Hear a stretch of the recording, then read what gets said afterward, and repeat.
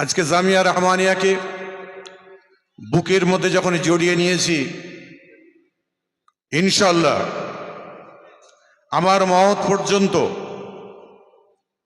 এবং আমার একটি আওলাদ আল্লাহ পাক দিয়েছেন, সেই ছেলেকে আমি ওসিয়ত করে যাব, যতদিন তুমি বেঁচে থাকবে জামিয়া রহমানিয়াকে বুকে করে রাখবে।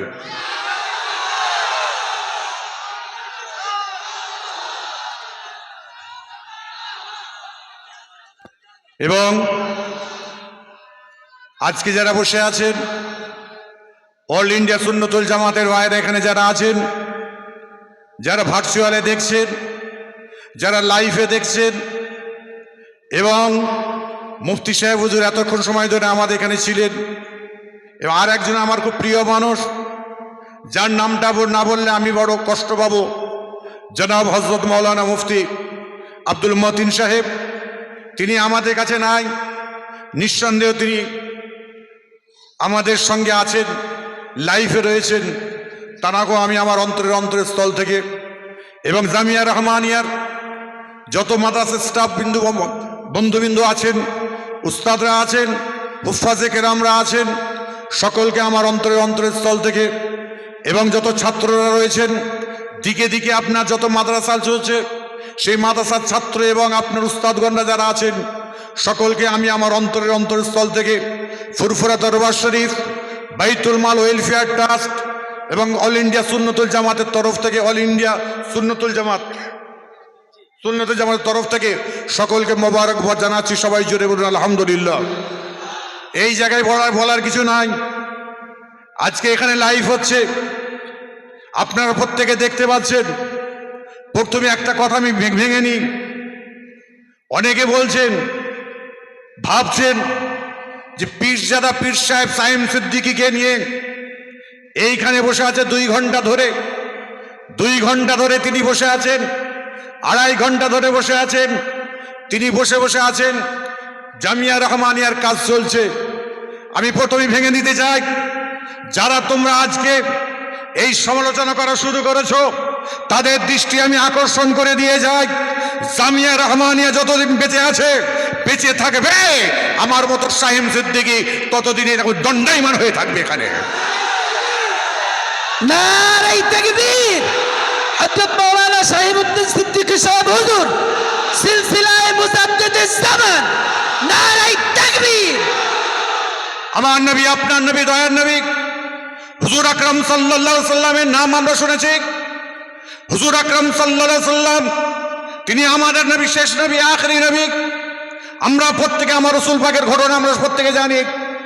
আমার নবী, আপনার নবী, দয়ার নবী হুজুর আকরাম সাল্লাল্লাহু আলাইহি সাল্লাম যখন তায়েফের ময়দানে গিয়েছিলেন, ইসলাম প্রচার করতে গিয়েছিলেন, তায়েফের মানুষরা বলেছিল, এ বেটা তোমার নাম কি?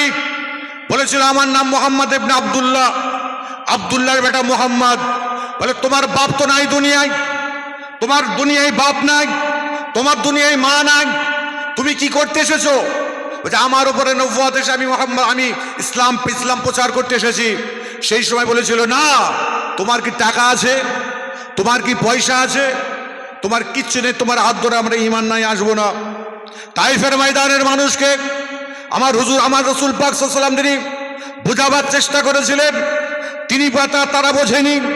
তারা এমন সময় আমার নবী, আপনার নবী, দয়ার নবী হুজুর আকরাম সাল্লাল্লাহু আলাইহি ওয়াসাল্লাম তিনি যখন হাফপাপ কি বলে সেখান থেকে যখন চলে আসছেন, তায়েফের বাচ্চা ছেলেগুলো, বড়গুলো, আপনার কি হলো বাচ্চা ছেলেগুলো, আমার নবী, আপনার নবী, দয়ার নবী হুজুর আকরাম সাল্লাল্লাহু আলাইহি ওয়াসাল্লামকে পাথর মেরেছিলেন।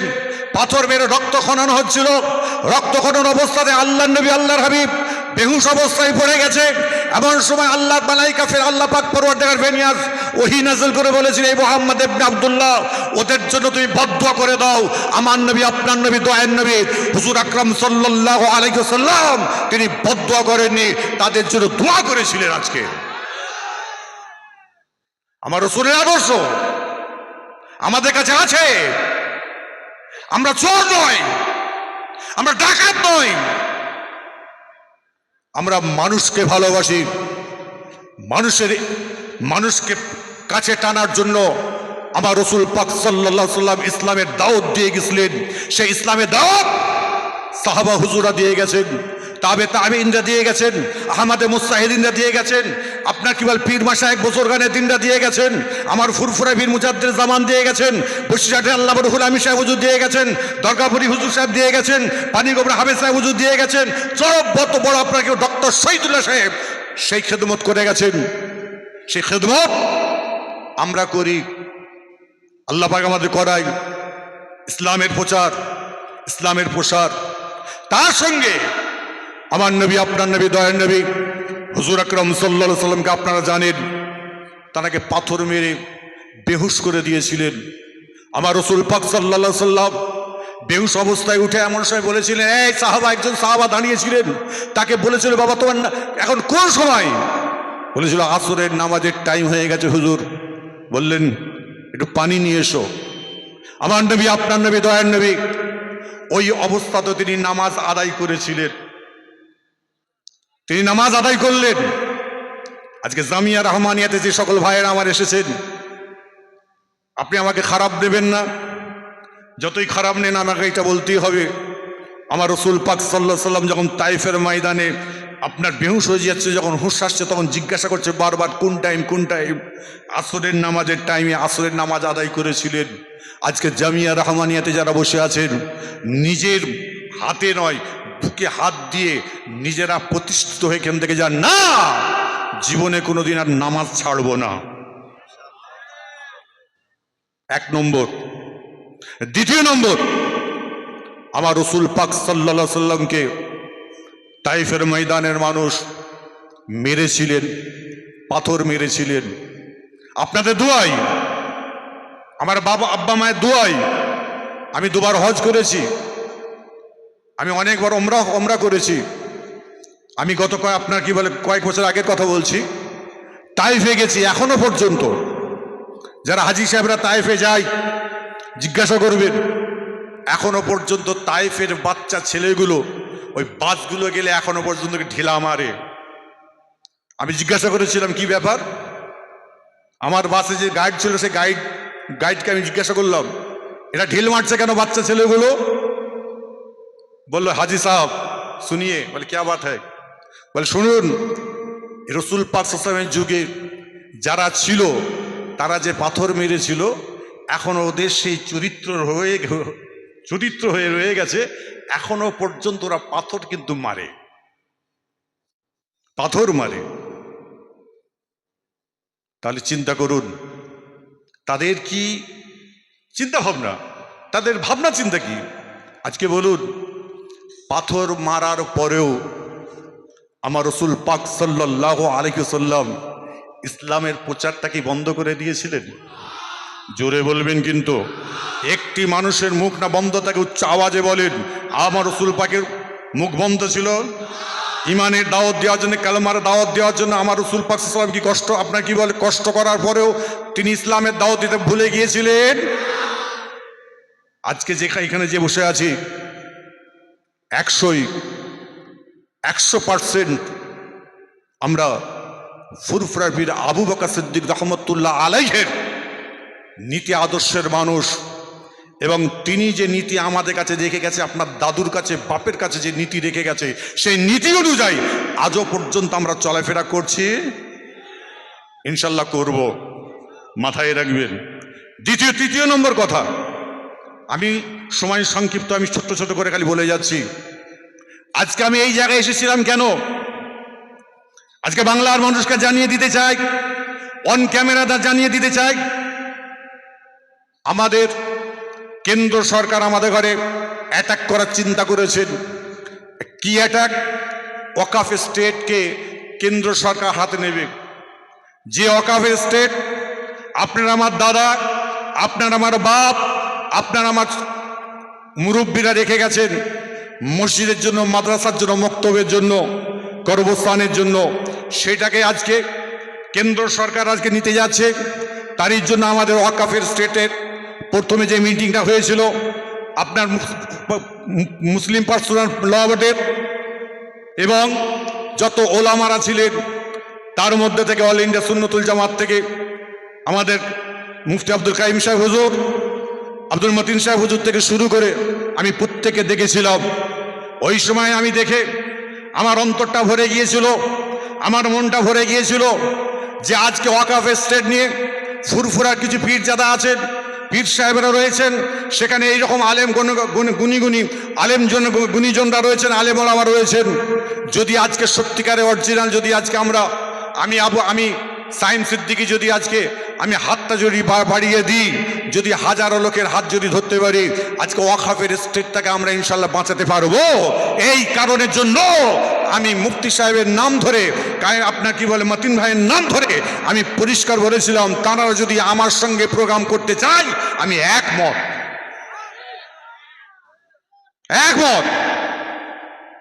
কোরআন শরীফ পড়ছিল কারি সাহেব, বিসমিল্লাহির রহমানির রহিম, ওয়াতাসিমু বিহাবলিল্লাহি জামিয়া ওয়া লা তাফাররাকু।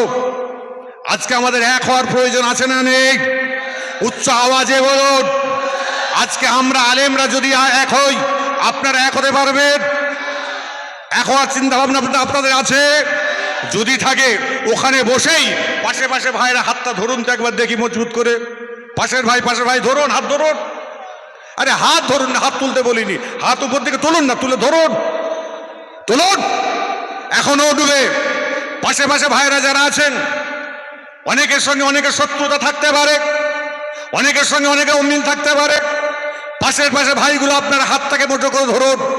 ক্যামেরাম্যানদের বলবো, আজকে দেখুন বাংলার বুকে, রাজ্য সরকারকে বলবো, আজকে আপনারা দেখুন, আজকে এমন একটা জায়গায় আমরা দাঁড়িয়ে আছি যেখানে লক্ষ লক্ষ মানুষ হাজির হয়। আজকে হাজারে হাজারে মানুষ তারা আপনার কি বলে হাত ধরে নিয়েছে। আমরা এক হয়ে চলতে চাই, আমরা দ্বিতীয় আর কেউ নয়, আমরা মুসলমান, আমরা এক হয়ে থাকবো ইনশাল্লাহ। নারে দেখবে আদনাবান।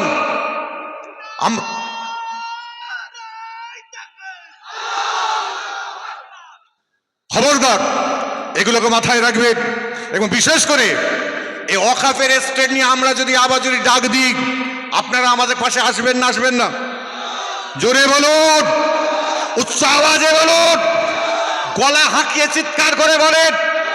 এই আওয়াজ যেন আমাদের কেন্দ্র সরকারের কাছে চলে যাক। একটা এমন একজন সরকার, সে আমাদের ঘরে আজকে আমাদের গরিবের আপনার হকগুলোকে মারার জন্য হই হই করছে। তারই জন্য আমি রাজ্য সরকারের কাছে আমার বার্তা একটাই থাকবে, আমাদের ঘরে শান্ত শৃঙ্খলা থাকতে দিন, নচেত কিন্তু আমরা একটা প্ল্যাটফর্মে আমরা দাঁড়িয়ে গেছি, আমাদের আর দ্বিতীয় কোনো প্ল্যাটফর্ম নেই। লক্ষ লক্ষ মানুষ আমরা এক জায়গায় দাঁড়িয়ে প্রতিবাদ করার জন্য আমরা কিন্তু আছি। আমরা যে সরকারকে বসাবো সেই সরকার কিন্তু বসবে। কথা খারাপ লাগছে? অনেকে বলবে যে জেকেরের মজলিসে গিয়ে উনি রাজনীতির কথা বলেছেন। এই বাবের বেটা, তোমাদের আমি বাইক জানি না, ভাই সায়েন্স সামনে কথা বল, শাহিন সিদ্দিকীর সামনে কথা বল। সবাই দেখি তো আপনার কি বলে মলি সাহেবগুলো, কারি সাহেব এখনই আমাকে বলছিলেন, উনি এখানে হিন্দিতে বলছিলেন যে শাহিন সিদ্দিকী হুজুরের কাছ থেকে কোনোদিন আমি কোনো আলেমদের আপনার সমালোচনা শুনিনি। শুনে রেখে দিন, আমি সমালোচনা করি না, আমি পর্যালোচনা করি। এ আলেম, তোমাদের দৃষ্টি আকর্ষণ করি, তোমাদের ভিতরে কতটুকু ইলমে জাহিরি ইলমে বাতিনি আছে আমি জানি না। বলে ইলমান আলেমান, মুখে মাইকে আর ফেসবুকে দুটো কথা বললে বড় আলেম হওয়া যায় না। ভিতরে ইলম তৈরি করো। আর ইলম যদি থাকে, কেউ কারো সমালোচনা করবে না, করতে দেবে না। কথা বল। চ্যাংড়া ফুচকে কিছু আলেম তার আজকে হই হই হই হই বলছে 12ই জানুয়ারি জিকিরের মজলিস হিসাবে ঐতিহাসিক জিকিরের মজলিস। ওরে পাগল, মুজাদ্দিদ জামান পীর আবু বকর সিদ্দিক রহমাতুল্লাহ আলাইহি তিনি বেশি করে বলে গেছে, তোরা আলেম হয়েছিস, তোরা তো আপনার কি ইলমে বাতিনি অর্জন কর, নচেত তোরা জান্নাত পাবি না। সে দাদা হুজুরের বাড়ি বেটা হও, আর আল্লামা রুহুল আমিন সাহেব হুজুরের বেটা হও, আর মুফতি সাহেবের বেটা হও, কেউ পাবে না তোমরা জান্নাত। ভাই কথা ভুল হচ্ছে? যদি ভুল হয় একদম বলে দিলাম, খামোশ। বাংলার আলেমদের খামোশ করে দিলাম। এরপরে যদি কোনো আওয়াজ যদি তোমাদের ওঠে, তোমাদের সাঁকি কেটে নেওয়া হবে। শূন্য গোয়ালের থেকে, দুষ্টু গরুর থেকে শূন্য গোয়াল রাখা অনেক ভালো না? ওই আপনার দুষ্টু গরুর দিকে একদম তাকাবেন না। আপনারা যদি কোনোদিন তাকিয়ে যদি তাদের ঘরে দাওয়াত করে নিয়ে গেছেন, আমি শাইমদ্দিন সিদ্দিকী আমি সেদিন বুঝে নেবো আপনাদের কাছে। কেন? আপনার দাদা হুজুরকে ভালোবাসেন তো? এই জোরে বলো। যদি দাদা হুজুরকে ভালোবাসো তাহলে ওই দুষ্টু গরুগুলোকে এনে পরিবেশ নষ্ট করবেন না, খবরদার। একদম পরিবেশ নষ্ট করবেন না। আর যদি পরিবেশ নষ্ট করেন, কাল কিয়ামতের দিনে আল্লাহর কাছে দাবি রাখলাম, হে আল্লাহ, তুমি আমাদের রহমান, তুমি আমাদের রহমান, তুমি আমাদের রহিম। আল্লাহ, এর বিচার আল্লাহ তুমি করবে। আল্লাহ, যারা আজকে আমাদের আজকের পর থেকে যারা আমার নামে নয়, এই জামিয়া রহমানিয়ার নামে নয়, মুফতি সাহেব হুজুরের নামে নয়, যে কোনো ব্যাপারে কে যদি সমালোচনা করেছো, আল্লাহর কাছে বিচার দিলাম, খোদা তোমার বিচার অবশ্যই করবে। দুনিয়াতেও কিছু বিচার দেখাবে, আর আখেরাতেও ইনশাল্লাহ দেখে নেবো, ইনশাল্লাহ। কথা ভুল? আমার কথায় কষ্ট পেয়েছেন, ব্যথা পেয়েছেন, দুঃখ পেয়েছেন? খবরদার দুঃখ নেবেন না, কষ্ট নেবেন না। আবেগের জন্য দুটো কথাবার্তা বললাম। অনেকে মনে মনে ভাববে কি চলছে, এটা কি চলছে? এটা কিছুই চলেনি, এটা একটা প্রস্তুতি মিটিং। আমি মুফতি সাহেব হুজুরকে বলেছি আমি কালকে যাচ্ছি জামিয়া রহমানিয়াতে। উনি বলেন, হুজুর আপনি আসবেন তো? আমি ইনশাল্লাহ। ব্যাস, এইটুকুতে এত। এরপরে যখন আমরা বলে আসবো, হ্যাঁ, তা জামিয়া রহমানিয়া ইসাল সাহেব আসবো নাকি? সবাই তো হাত তুললো না রে ভাই, তো কটা মানুষ যারা দাঁড়িয়ে আছে তারাও তো বলছে না। এটা আবার বলবে, এই মোবাইল দেখবে আর বলবে, ওই শাইম সিদ্দিকী না, ও জামিয়া রহমানিয়াতে গিয়ে দাওয়াত চেয়ে নিয়েছে, ওর খাতা ভরে নে। আবার বলতে শুরু করেছে কি জানেন তো, ওর জলসা নেই, ওরই জন্য ও এখন ওদের পাল্লায় হাত দিয়েছে। আবার বলছে তাবিজ করেছে, মুফতি আব্দুল কাইম সাহেব তাবিজ করেছে বশ করবার। এই বেটা, আমি বশ করা তাবিজ নয়, আমি তোদের চটাবার তাবিজ করব। হ্যাঁ, এই আমার দাওয়াত তো আছেই, আমার প্রত্যেক মাসে জিকিরের মাহফিল হয়, যাবেন না? হ্যাঁ, ফেব্রুয়ারি মাসে মানে কত তারিখ, 11 তারিখ, কত তারিখ আছে, 10 তারিখ, যাবেন না? যে কি বুঝতে পারিনি?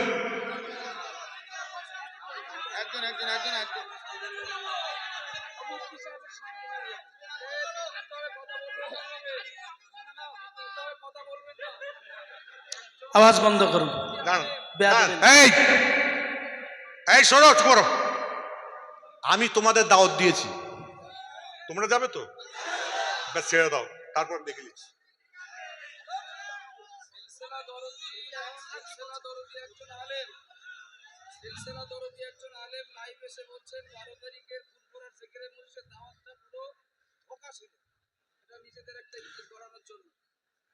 শোনেন, বলছে ফুরফুরা শরীফে যে 12ই জানুয়ারি জিকিরটা ছিল, সেটা নাকি ছিল ধোঁকা।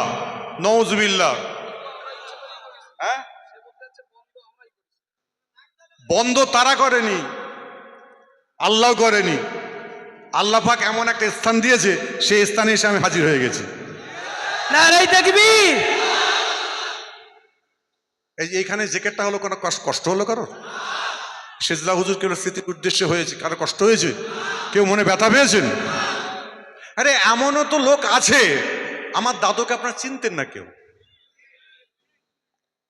সেজলা হুজুর কেবলাকে চিনতেন না। আমি একটুখানি বলে দেবো, সেজলা হুজুর কেবলা রহমতুল্লাহ আলাইহি, তিনি দাদা হুজুর কেবলার ইন্তেকাল করা 2 বছর পরে তিনি দুনিয়া থেকে বিদায় নিয়েছে। তানার বয়স তখন ছিল 28 বছর। আমার আব্বাজানের বয়স, আমার আব্বাজানের আপনার নাম শুনবেন অনেকেই, আবুল ফরাজ সিদ্দিকী। তা তানার বয়স তখন ছিল 6 বছর। 6 বছরের ছেলেকে রেখে আল্লাহর ডাকে সাড়া দিয়েছেন। 4 হুজুর পীর কেবলা রহমতুল্লাহ আলাইহি, দাদা হুজুর কেবল 4 সন্তান আমার আব্বাজানকে মানুষ করেছেন। ঠিক আছে, তা তিনি, তার নাম ছিল আবুল ফরাজ সিদ্দিকী।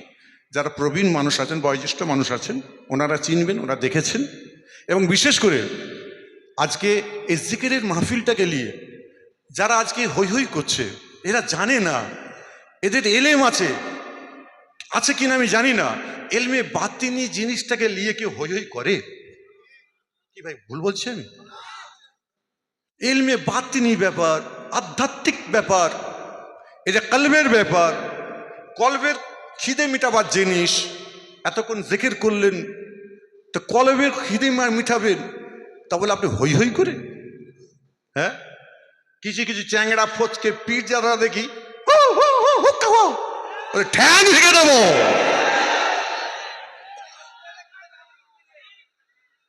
ঠ্যাং ভেঙে দেবো। আবার বলছে মেজে হুজুর চলে গেছে, এখন পীর হতে জোরে পাগল। আল্লাহ পাক বড় হুজুর কেবলা রহমতুল্লাহ আলাইহির মেজর সাহেবজাদা, তিনি তো তাকে পীর করেই দিয়ে গেছেন আল্লামা মুফতি আপনাকে কাইম সাহেব হুজুরকে। আবার কি, আমি তো সাক্ষী, আমিও বলে দিয়েছি, কোনো অসুবিধা নেই। কদিন আগে আম্মার সিদ্দিকী সাহেব ওয়াজ করতে করতে বলেছেন পীর হতে গেলে কোনো বংশ লাগে? হ্যাঁ, তার আমলেই যথেষ্ট। আকেলমান কে ইশারা কাফি। আর কিছু আছে? আর কিছু বলার আছে? হুজুর একটু প্রশ্ন আছে। বলো। হুজুর আপনার কাছে তিনটি বিষয় একটু জানার আছে। এক নম্বর হচ্ছে, অনেকেই বলেন অল ইন্ডিয়া সুন্নাতুল জামাতের ওলামায়ে কেরাম ও সমর্থকগণ ফুরফুরা শরীফের পীরজাদা হুজুরগণের প্রতি কোনো সম্মান প্রদর্শন করেন না। আপনি আমাদের জামিয়া খাদিজা ও বঙ্গনেরে কয়েকবার এসেছেন, এখন এই বিষয়ে আপনি কি বলবেন? মাশাল্লাহ, আমি প্রথম দিনে টাইম দিয়েছিলাম সকাল 7টা, তাই তো? আমি 7:25 আপনার এখানে ঢুকেছিলাম। 7:30 হবে, 7:30 দিকে ঢুকেছিলাম না? আমি যখন ঢুকলাম, আমি রাস্তা থেকে গাড়ি থেকে নেবে আমি যখন হেঁটে হেঁটে আসছি, আমাকে মাদ্রাসার ছাত্র এবং এলাকার মানুষ তারা ঘুম ছেড়ে দিয়ে ফজরের নামাজ পড়ে আমার জন্য অপেক্ষা করছিল কখন সাহিম সিদ্দিকী গাড়ি থেকে নেবে, আমরা তাকে আলিঙ্গন করে নেব। আমি যখন নেবেছি আমি নিজেই আপ্লুত, একদম তকবীরের ধ্বনি দিতে দিতে আমি যখন রাস্তা দিয়ে আসছি, এসে যখন আমাদের অফিসের দিকে গেলাম, আমার মুফতি সাহেব ভাইজান হুজুর তিনি এমন সময় আমাকে মুসাফা করলেন, আমি তাকে বুকে জড়িয়ে নিয়েছিলাম। শুনে রেখে দিন, আমাদের ফুরফুরা শরীফের এক ছেলে সে বলছে, ভাই আপনি যখন নেবে নেবে রাস্তাতে যাচ্ছিলেন, আপনাকে যে তকবীর দিয়েছে, যে ধ্বনি দিয়েছে, এমন সময় আপনি যখন মুফতি আব্দুল কাইম সাহেব হুজুরকে যখন আপনি হাতে মোসাফা করে বুকে জড়িয়ে নিয়েছেন, আমি ভাই কেঁদে ফেলেছি। আমি ফুরফুরা ছেলের কথা বলছি, ফুরফুরা শরীফের ছেলে। আমার গতকালকে এসে বলে গেল, গত পরশু দিন এসে আমাকে বলে গেছে, বলছে আমি কেঁদে ফেলেছি, যে আপনি কি ভালোবাসা দেখালেন। আবার বলছেন, বলছে আপনি যখন খাদিজায় গেছিলাম, আমি বাংলাদেশ থেকে আমি ডাইরেক্ট এসেছিলাম, এবং খাদিজার আপনাকে ছুটি ছিল মনে হয় 14-15 তারিখ করে ছুটি দেওয়াতে একটা ডেট ছিল, আমার জন্য 2 দিন পিছিয়ে দিয়েছে ফেসবুকে দিয়ে, এবং ছেলের মেয়েরা পড়ে খাদিজায়, মহিলাদের জন্য মহিলাদের ছুটি দেয়নি। তারপরও তাদের আবেগ, তাদের ভালোবাসা, তাদের মোহাব্বত, আমি রজব আলী ভাইকে একইভাবে, আমার মতিন ভাই ওখানে ছিলেন, মতিন ভাইকে আমি একইভাবে জড়িয়ে নিয়েছি। এটা খারাপ না ভালো? আরে জোরে বলুন। আমি কোনো জায়গা থেকে এক জাররা পরিমাণ বেইজ্জতি করার কোনো রকম কিছু পাইনি। প্রত্যেকটা জিনিস ইজ্জত সম্মানের সঙ্গে পাবো। যারা এ কথাগুলো বলছে, যারা লটাচ্ছে, যারা লুটছে, তারা নিজেরা সেই ভালোবাসার মানুষ তৈরি হতে পারেনি, তার জন্য কেউ মহব্বতও করেনি। আর আছে দ্বিতীয় বিষয় হচ্ছে, অনেকেই বলছেন যে এদের মানে অল ইন্ডিয়া সুন্নাতুল জামাত সংগঠন এবং তাদের সমর্থকদের আদেও ফুরফুরা শরীফে যাওয়ার ইচ্ছা ছিল না, এরা পীরজাদা শাহিম সিদ্দিকী সাহেবকে ফাঁসিয়েছে। এই বিষয়ে আপনি কি বলবেন? নাউজুবিল্লাহ, আমাকে এরা কেউ ফাঁসায়নি। আমাকে কেউ ফাঁসায়নি। আমাকে যদি ফাঁসাতো আজকে আমি এখানে আসতাম? জোরে বলো ভাই, এটা হাতটা নেড়ে উচ্চ আওয়াজে বলো। এই আমাকে যদি অল ইন্ডিয়া সুন্নতুল জামাত যদি ফাঁসাতো, আচ্ছা নামটা বলে দিচ্ছি, মুফতি আব্দুল কাইম সাহেব হুজুর, ইনি যদি আমাকে ফাঁসাতো, আমি এখানে এসে সন্ধ্যা থেকে এসে এই জায়গায় বসে থাকতে পারতাম? হ্যাঁ, যদি আব্দুল কাইম সাহেব হুজুরের কাছে ওই ভালোবাসা যদি না থাকতো আমি আসতাম? স্টেজে আসতাম না। এরা কেউ ফাঁসায়নি, কেউ ফাঁসায়নি। আল্লাহ যেটা করেন ভালোর জন্য করেন। ঠিক আছে, স্থান কাল পাত্র অনুযায়ী মাসলা হয়, মাসলার হাল করতে হয়। স্থান কাল পাত্র, যারা আলেম ওলামারা আছেন তারা অবশ্যই বুঝতে পারছেন। আর কিছু আছে? জি হুজুর, নেক্সট হচ্ছে আপনার দরবারে জিকিরের মজলিসে আমাদেরকে দাওয়াত করে আপনি দাওয়াত ক্যান্সেল করলেন, নাকি অল ইন্ডিয়া সুন্নাতুল জামাতের ওলামায়ে কেরাম যেতে চাননি? এই বিষয়টা আপনি খোলাসা করুন। নাউজুবিল্লাহ। অল ইন্ডিয়া সুন্নাতুল জামাতের ওলামারা তো অবশ্যই যাওয়ার জন্য রেডি। এই ইউটিউবার ভাইরা, কত হাজার গাড়ি হয়েছিল? 2000-এর ওপরে গাড়ি পীরজাদা সাইম সিদ্দিকীর আহ্বানে জেকেরের মাহফিলে যাওয়ার জন্য। হ্যাঁ, 3400 3400 গাড়ি যাওয়ার জন্য রেডি। 2 পরগনা, উত্তর 24 পরগনা, দক্ষিণ 24 পরগনা থেকে 3400 গাড়ি যাওয়ার জন্য রেডি। এবং আমি প্রশাসনকে আমি জানিয়ে দিয়েছিলাম যে আমার জেকেরের মাহফিলে বহু মানুষ এবারে আসছেন, মানুষের ঢল নেমেছে, মানুষের ঢল নামবে। আপনি আমার গাড়িগুলো পার্কিং করার জন্য সিভিক থেকে শুরু করে পুলিশ থেকে শুরু করে আপনার কাছে আমি দিয়ে দিলাম, কাগজ দিলাম, এই কাগজ অনুযায়ী আপনি কাজ করুন। রাত্রির 12টা 45 মিনিটে আমাকে বলছেন যে না, এত মানুষকে আনা যাবে না।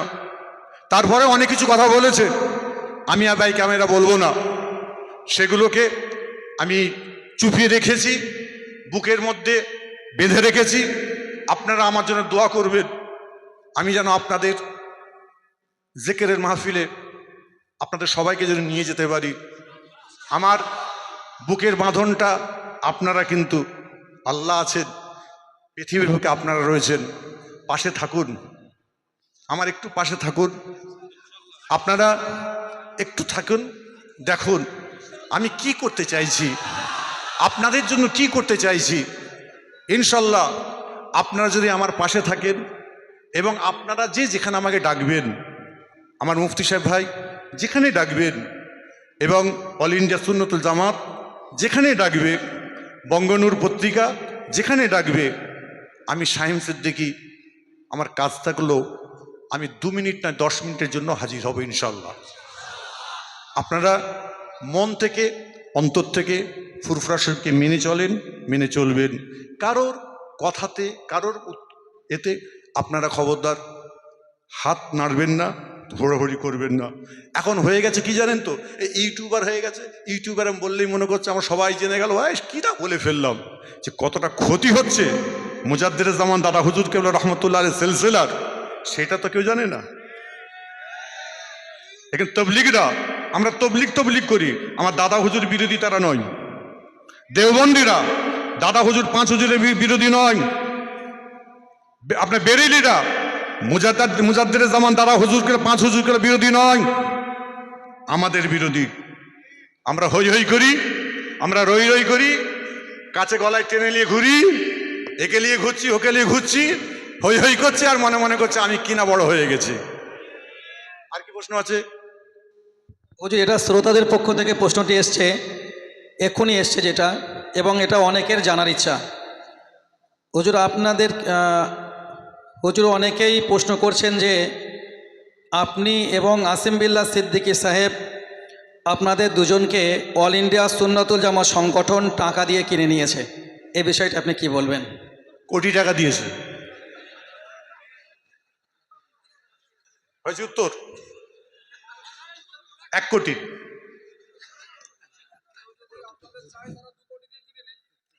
হ্যাঁ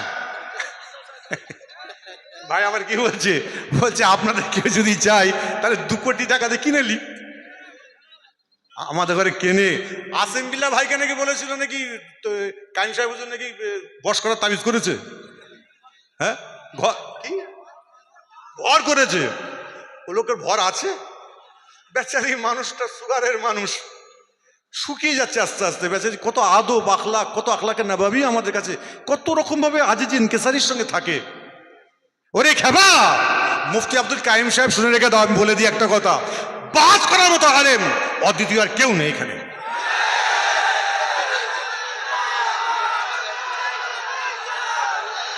সারা উত্তর 24 পরগনা, দক্ষিণ 24 পরগনা এবং আপনার হুগলি হাওড়াতে এইরকম মোবাহিস আলেম অদ্বিতীয় দুটো নেই বলে দিলাম আপনাদের। আপনারা মুফতি আব্দুল কাইম সাহেবের জন্য দোয়া চান, আল্লাহ তার হায়াতকে দারাজ করো, তার কিসমতকে বড় করো, তার নসিবকে বড় করো। এখনো পর্যন্ত রাত্রে দিন রাত এক করে ছেলেদের ঘরে পড়াচ্ছে, রাত্রে মানুষকে হেদায়েত করছে, খেদমতে খালক তাহফুজের দিন মুফতি সাহেবের কাছ থেকে পেয়েছি। আমারও বসার দরকার আছে তানার সঙ্গে কিতাব নিয়ে, কিতাব মোতালা করতে গেলে এখন মুফতি আব্দুল কাইম সাহেবের মতো মানুষ আর দ্বিতীয় কেউ নেই, শুনে রেখে দেন ভালো করে। আর আপনার কার প্রশ্ন আছে নাবান? আর কিছু প্রশ্ন আছে আপনাদের? আর কিছু জানতে চান? আর কিছু জানতে চান? যখনই কিছু মনে হবে একটা কথা বলে দিই, শুক্রবারে আমি ফুরফুরা শরীফে থাকি, গাড়ি নিয়ে চলে যাবেন। কি বোঝা গেল? গাড়ি নিয়ে যাবেন, সেখানে যাবেন, জুম্মার নামাজ একসঙ্গে আদায় করব, ডাল ভাত একসঙ্গে খাবো, চিন্তা করতে হবে না। কষ্ট হচ্ছে? দাওয়াত দিয়ে গেলাম প্রত্যেক শুক্রবারে যাওয়ার জন্য, রবিবারে যাওয়ার জন্য। আর আমি আগামীকালকেই কারি হেদায়তুল্লাহ সাহেব বাংলাদেশ প্রোগ্রাম রয়েছে, আমারও প্রোগ্রাম রয়েছে, আমরা ভোরেই কিন্তু বর্ডার ক্রস করে যাব। 4 দিনের প্রোগ্রামে যাব। 16 তারিখে আমি আসব আপনার কি বলে কাটিহাট, ঘোড়ায় কি হেরা মিশনে কি আছে, আল হেরা মিশন, ওখানে আমি আপনার 16-17 তারিখে এসে আমি প্রোগ্রাম করবো ইনশাল্লাহ। তারপরে আমি আবার 18 তারিখে আহমেদাবাদ, 21 তারিখ দিনে ফিরবো, রাত্রিরে হাওড়া জেলা জলসা করে সকাল 7:30 ফ্লাইটে আমি আবার গুয়াহাটি চলে যাব 2 দিনের জন্য। এইরকম থাকবো। যদি কারোর আমার সঙ্গে যোগাযোগ করতে মন চাই, আপনার নাম্বার তো সকলে জানেন, আর হোয়াটসঅ্যাপের নম্বরে আমি বাংলাদেশে আমাকে পাবেন, কোনো রকম কোনো অসুবিধা নেই। যে কোনো প্রবলেমে পড়বেন, কোনো অসুবিধায় পড়বেন, কোনো সংক্রান্ত, মুফতি সাহেব হুজুর আছেন, তার সঙ্গে বসবেন। এবং মুফতি সাহেব হুজুর যদি আমাকে মনে করেন যে শামীম ভাইকে এখানে দরকার আছে, প্রয়োজন আছে, অবশ্যই বলবে, আমি অবশ্যই আসবো। আপনাদের কি আপনাদের প্রত্যেকের মনের আশা যেন মিটে, আপনাদের বুক ভরে যেন থাকতে পারি, এই দোয়াটুকু করবেন। এখন আমি সমাপ্তি করব। ভাই দুটো কথা বলবেন। তুমি ছেলে তো বড়, ছেলে তো তুমি? আরে বাবা, আমার তাহলে বেটা হলো। হ্যাঁ ইয়েস, আমি আপনার ছেলের কথাই বলছি। হ্যাঁ, কি নাম? আবু সাইদ। বলো নাম মুফতি, তাই তো? হাফেজ মুফতি আবু সাইদ। কি বলছেন বলুন। বলছি মানে মানুষের আবেগ এটা দেখেছেন, দান এখনো দিতে চাইছিল, তো একজন ওয়াদা করেছেন যত ডাল লাগবে ইসালে সবে সব দেবেন। তো তিনি মানে আনন্দে আপনার হাতে এই 70,000 টাকা তুলে দিচ্ছেন ওই ডাল বাবদ, এর পরেও লাগলে হুজুরের হাতে দেবেন। এটা সিলসিলার প্রতিষ্ঠানের প্রতি মানুষের দান আপনার হাতে দিতে চেয়েছেন। এর পরের ঘোষণা একটুখানি, যদি কারোর এখনো সদিচ্ছা থাকে, মুফতি সাহেব হুজুর নিতে পারেননি, যদি হুজুর কেবলার হাতে কেউ দিতে চান উনি এখনো নেবেন, যদি কেউ দিতে চান। এটা একটা ঘোষণা। সর্বশেষ এখানকার বিল কুপন আপনারা নেবেন এবং সদস্য ওই যে চিঠিটা ওইগুলো আপনারা নিয়ে তবে ঘরে ফিরবেন।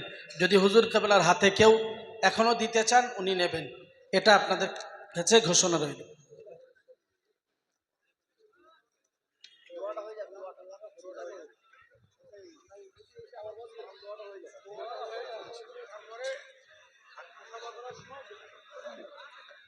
এখনই সালাম পড়ে নেব আমরা, হুজুর বসবেন দোয়া করতে, তখন আপনারা হাতে দিবেন। এই টাকাটা কত হয়েছে? লাগলে আবার দেবে। দেখতে পেয়েছেন? হ্যাঁ, হাত খুলতে হবে। তোমরা এখন বিশ্বাস করতে পারছো নি? মহাবিপদ। এটা 50, এটা 50 তো আমার কাছে। হ্যাঁ, এটা 50 আছে, এটা 20, 70 আছে। আরো লাগলে আরো দেবে ইনশাল্লাহ। সবাই উচ্চ আওয়াজে জোরে বলুন মারহাবা। আর একটু আনন্দের সঙ্গে জোরে বলা যাবে না মারহাবা? আর একটু চিৎকার করে বলা যাবে না মারহাবা? নারে দেখবে, নারে দেখবে, দাতাগণ, দাতাগণ, নারে দেখবে। আর একজন আল্লাহর বান্দা আছেন, এরকম দেবেন 70। এখনই পকেটে যদি না থাকে পরে দেবেন। আর একজন আল্লাহর বান্দা, তাহলে আমি বড় খুশি হব। কিয়াম সালাম হয়ে যাওয়ার পরে দোয়া হওয়ার আগেও আপনারা বলতে পারেন, একটু মাথায় চিন্তা করবেন। এখন আমি সর্বশেষ কথা আরো একজন বলতে চাইছেন যে এখানে জিকিরের মজলিসটা কেন হলো, এটা আপনার মুখ থেকে শুনতে চাই, যে আমরা বললে হয়তো বিশ্বাস হবে না, আপনি একটু ক্লিয়ার করুন। এখানে জিকিরের মাহফিলটা হলো, আমার ওখানে যখন নিষেধাজ্ঞা আসলো সেই সময় রাত 12টা 45 মিনিট, 12টা সাড়ে 12টা হবে কি, তখন রজব আলী ভাই মুফতি সাহেব হুজুরকে থানা থেকে ডাইরেক্ট নিষেধ করেছেন। ভালো করে শুনবেন। থানা থেকে বলছে আপনারা আসবেন না। জাঙ্গিপাড়া, জাঙ্গিপাড়া থানা, আমাদের থানা, বোঝা গেছে? তো যাই হোক, দাঁড়ান, বলতে থাকেন, কোনো কথা বলবেন না কেউ। তারপরে আমরা সবাই খুব ভেঙে পড়লাম যে কিভাবে কি করা যায়। তখন দেখলাম আইনকে কি হাতে তুলে নিয়ে যাবে? আপনারা কি আইন হাতে তুলবেন? কেউ তুলতে চাইছেন? আমরা আইনকে হাতে তুলি নাই। আমরা সারাত্রিরভাবে ভেবে আইনের আওতায় থেকে আমার ওই জিকিরের মাহফিলটা স্থগিত করে দিয়েছি। স্থগিত করার পরে এই ভাইজান ছিলেন রাত 3টে সাড়ে 3টে পর্যন্ত, তাই তো? সবাই ছিলেন, আমরা কি ঘুমাতে পারিনি। আমি যখন প্রথম ঘুম থেকে উঠেই যখন ফোনটা করেছি, প্রথম ফোনটা উনি ধরতে পারেননি, দ্বিতীয়বার আমাকে আবার ঘুরিয়ে করলেন। তখন মুফতি সাহেব হুজুর, আমি, আমাদের মতিন ভাই, রজব আলী ভাই এবং আরও সাঙ্গী যারা ছিলেন, আমি সবাইকে তো নাম জানি না, তা সবাই মিলে বললো হুজুর তাহলে তো এটা ক্যান্সেল করতে হয়। কারণ বলেছে, এবং আমাকেও বলেছে, বলেছে যদি কোনো রকম অপ্রীতিকর ঘটনা ঘটে তাহলে কিন্তু আপনাকে আমি অ্যারেস্ট করব। আমি তার পূর্বে বলেছিলাম আমাদের বক্তব্যের মধ্যে যদি কোনো অশান্তিমূলক কথাবার্তা শুনতে পান আপনি জাস্টিস রাখুন। ওসিকে বলেছিলাম একজন বিচারক রাখুন, বিচারক থেকে সে বক্তব্য শুনে যদি উস্কানিমূলক কোনো কথাবার্তা যদি উঠে আসে খবরদার সেগুলো তোলা যাবে না, সেগুলো আমরা বলবো না। যদি আমরা বলি তাহলে আমাকে হ্যান্ডকাপ লাগিয়ে প্রথমে আমাকে থানায় ঢোকাবেন, আমি জেলে যেতে চাই। বলছেন না না পীর সাহেব ও কথা বলবেন না, ওটা ঠিক না, ধর্মের ব্যাপার, ধর্মীয় ব্যাপার। আমি হ্যাঁ, ফুরফুরা শরীফে তো মানুষ আসে রে বাবা, প্রত্যেকটা জিকিরের মাহফিলে, দোয়ার মাহফিলে, এমনিতে হুজুরদের সবরসানিতে, জলসাতে লোক কত না কত আসে। যত জ্বালা আমার উপর এসে গেল, এটা আমার তো কষ্ট, এটা আমার ব্যথা, আমার বেদনা। এটা আপনারা এত বেদনা নিচ্ছেন কেন? এত ব্যথা নিচ্ছেন কেন? আমি বুকের মধ্যে যদি এত বেদনা, ব্যথা, দুঃখ, কষ্ট সবগুলোকে যদি আজকে সহ্য করে আজকে জামিয়া রহমানিয়াতে যদি আসতে পেরেছি, আপনারা কি কষ্ট পাচ্ছেন নাকি? আমার তো ভেঙে পড়ার কথা, আমি তো, আমার কাঁদার দরকার, আমি কাঁদিনি। আমি জানি আমার আল্লাহর মদত আছে। খবরদার আপনারা এইসব নিয়ে কানাঘুষা কেউ করবেন না, কোনো রকম গুজবে কান দেবেন না। আপনারা যেরকম আছেন সুস্থ থাকবেন, ভালো থাকবেন, কোনো রকম কোনো এতে হাত দেবেন। যদি কোনো প্রবলেম বুঝতে পারেন আপনারা আমাদের সঙ্গে যোগাযোগ করবেন, ঠিক আছে? হ্যাঁ, এই টাকা আমার বাবাজির হাতে আমি তুলে দিলাম। দেখো আমি পকেটে নিয়েছি নাকি?